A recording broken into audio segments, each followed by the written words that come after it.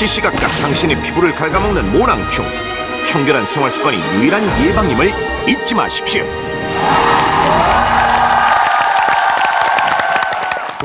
피부 속에 지금 벌레가 살고 있다는 거죠. 사람 누구에게나 다 있다는 것 자체가 참 충격적이긴 하네요. 그죠? 근데 또 없으면 안 된다 그러는 걸로 제가 들었거든요. 그래요? 예. 그럼 키워야 돼요? 아니요, 키우는 건 아닌데. 네. 그 적당히 있으면 그 똥은 어떡할까요, 똥? 씻어내야죠, 예. 아, 씻어 나와요? 그렇죠, 씻어야 돼야지. 알겠습니다. 모낭충 적당히 있어야 되겠습니다. 지난 2009년 7월 충북 청주에서 혼자 사는 30대 여성 이모 씨는 직장 때문에 고향을 떠나 자취를 하고 있었는데 최근 과다한 업무로 야근도 모자라 늦은 시간까지 집에서 일하고 있었습니다. 피곤하다. 먹고 살기 힘드네 진짜. 피곤함이 밀려오지만 일에 집중하는 그녀. 깜짝이야.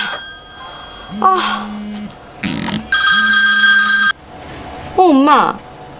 이 시간에 안 주무시고 왜요? 응, 잘 있는 거지? 꿈자리가 뒤숭숭한 게 별일 없나 해서 전화했어. 별일은 전 잘 지내니까 걱정하지 마시고 주무세요. 도시에 혼자 살고 있는 딸이 걱정된 탓에 노모는 오늘도 잠을 못 이루고 딸에게 전화한 것입니다.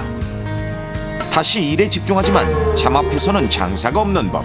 꾸벅꾸벅 졸고 마는데 놀라. 요란한 소리에 잠이 깬 이모씨 주방으로 가보는데 컵이 깨져 있었던 것.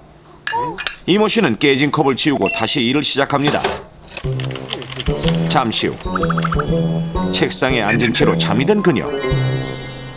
그런데 뭔가 부스럭거리는 소리가 들렸고 꺼림직한 기분에 잠에서 깨 눈을 뜨는데 그녀의 눈앞에 서 있는 낯선 남성. 그녀를 쳐다보고 있는데요.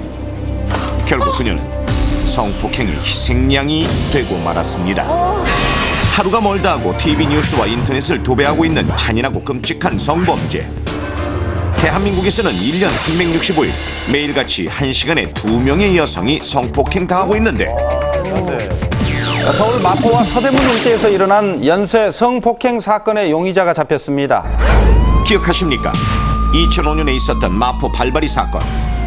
범인이었던 30대 김 씨는 서울 중서부 일대에서 1년여 동안 13명의 여성을 잇따라 성폭행해 주민을 불안에 떨게 했는데요. 피해자 중에는 초등학생과 중고생이 5명이 포함되기도 해 더욱더 충격을 줬습니다.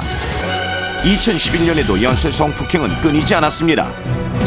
대학가 원룸을 돌며 혼자 사는 여성의 집에 침입해 성폭행하고 금품을 빼앗은 10대 대학생이 붙잡혔습니다. 피의자 김모군은 지난 2009년부터 2011년까지 대학가 원룸과 주택에 침입해 10명의 여성을 성폭행하고 260만 원 상당의 금품을 훔쳤습니다. 그리고 얼마 전인 지난 9월 24일 주한 미군 병사가 한국인 10대 여성을 성폭행했습니다. 동두천에서 발생한 미군의 여학생 성폭행 사건. 온 국민의 분노를 산 이 사건은 미 제2사단 소속 이병이 오전 4시쯤 술을 마신 뒤 동두천시에 있는 한 고시텔에 들어가 10대 여학생을 성폭행한 사건인데요. 이렇게 날이 갈수록 끊이지 않고 있는 무자비한 성범죄. 세 사건 모두 안타깝게도 늦은 밤 피해자의 집안에서 일어나는데요. 범인들이 피해자들을 성범죄의 표적으로 삼은 것은 결정적인 허점을 노린 것. 현지 경찰들은 실제 이러한 점 때문에 성범죄의 대상이 될 확률이 높아진다고 하는데 과연 성범죄자들이 표적으로 삼은 그 점은 무엇일까요? 자, 그렇습니다. 성범죄자들이 표적으로 삼는 허점은 무엇일까요? 집안에라고 그러잖아요. 집안에 들어갈 수 있다는 것은 요즘 번호로 키를 누르잖아요. 네. 그래서 뒤에 이렇게 복도 이렇게 계단 위에서 안 보이는 데서 보고 있는 거예요. 그런 경우가 진짜 많다고 생각해요. 진짜 무섭다. 왜냐면 그렇게 복잡하게 안 눌러놓으니까 안 해놓잖아요. 뭐 4자리에서 6자리 사이 정도로 하니까. 일단 비밀번호는 기본적으로 42자리 정도는 해줘야 돼요. 어떻게 들어갔을까요? 집은 뭔 수로 들어가죠? 창문 아닐까, 창문? 창문. 창문 네. 그거 아니면 내가 여기까지 뭐라 있는데 해야지. 창문을 방범창 같은 거 있죠, 창문을 열어놓은 거예요. 방범창도 안 해놓고 창문을 열어놓은 거죠. 아니다, 이건 아닌 것 같다. 도시가스 밸브관 그걸 타고 올라온 거예요. 그렇죠. 성범죄자들이 어떤 허점을 보고 그걸 노린다 그러는 거잖아요. 네, 표정으로. 그럼 도시가스가 있으면 안 되는 건가요? 창문이에요, 창문. 창문이 있으면 창문을 안 열어놓은 된다고요? 거예요. 창문을 열어둔다. 창문을 그치, 열어준다. 위층 산다고 창문을 열어놓은 거야. 근데 그걸 도시가스 밸브관을 타고 올라온 거지.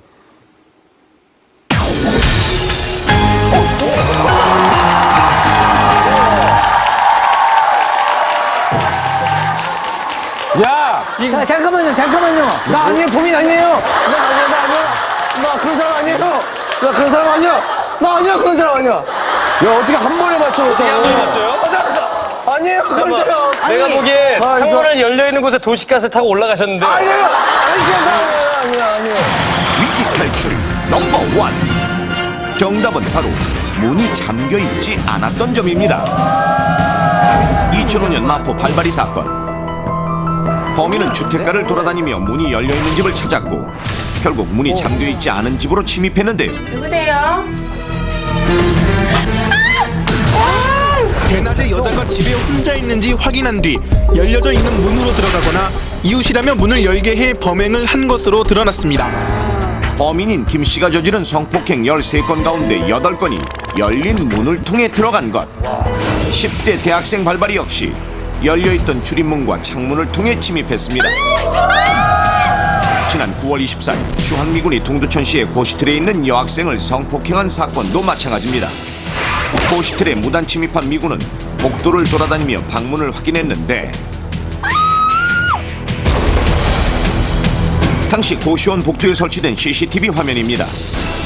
담당 경찰에 따르면 술에 취한 범인은 고시텔의 비상구를 이용해 무단 침입한 뒤 신발장을 통해 여성이 있는 방을 확인하고 복도의 가장 끝에 문이 잠겨있지 않은 여학생의 방으로 들어갔다고 합니다.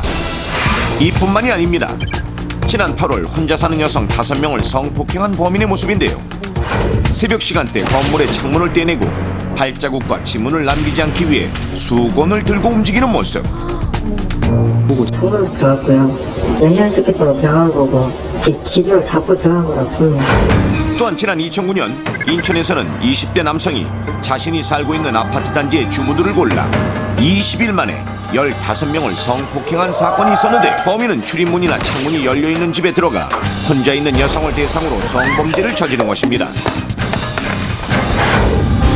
경찰청에 따르면 2010년 한 해 동안 발생한 성폭력 사건은 23,375건, 2008년에 비해 3,197명의 피해자가 늘어나 하루 평균 무려 약 56건의 사건이 일어나고 있는 셈인데 전체 피해자 23,375명 중 6세 이하의 어린이는 139명, 60세를 넘긴 노인 여성은 276명에 달합니다.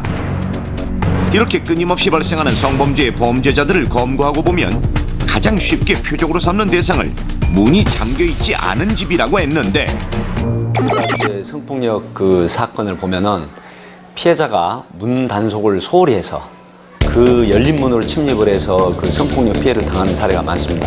실제 사례를 말씀드리면 복도식 계단이나 아파트 문을 창문을 돌아다니면서 열어보고 그 다음에 열린 문으로 들어와서 실제로 그 아이 엄마를 성폭행한 사례도 있습니다. 이런 사례로 봐서 그 문 단속을 평소에 잘 해가지고 이런 성폭력 피해를 당하지 않도록 하는 게 좋을 것 같습니다. 놀라운 사실은 모든 성범죄가 즉흥적이고 우발적으로 일어날 거라고 생각하지만 결코 그렇지 않다는 것입니다. 피해자의 집에 침입하는 성범죄자들은 대부분 미리 사전 답사를 해서 범행을 치밀하게 계획하는 것. 먼저 성범죄자는 여성이 혼자 살거나 여자들만 모여 사는 집을 확인하는데요. 가족들이 함께 사는 집의 여성도 안심할 수는 없습니다. 여성 혼자 있는 시간을 확인하기 때문. 범행 대상을 정하면 어디로 도주할 것인지 경로까지 파악합니다. 이때 범죄자들은 주부들이 잠시 문을 잠그지 않은 틈을 노리기도 하는데 잠시 문을 열어두는 경우는 첫째, 유치원에 다니는 자녀를 차에 태워 보내주기 위해 집 앞에 나갈 때, 둘째, 집 앞에 쓰레기를 버리러 갈 때, 셋째, 집 앞 슈퍼에 잠시 뭔가를 사러 갈 때 등으로 주부들이 마음을 놓고 잠시 문을 열어둔 틈을 이용해 몰래 집에 들어간 뒤 범행을 저지르기도 하는 것입니다.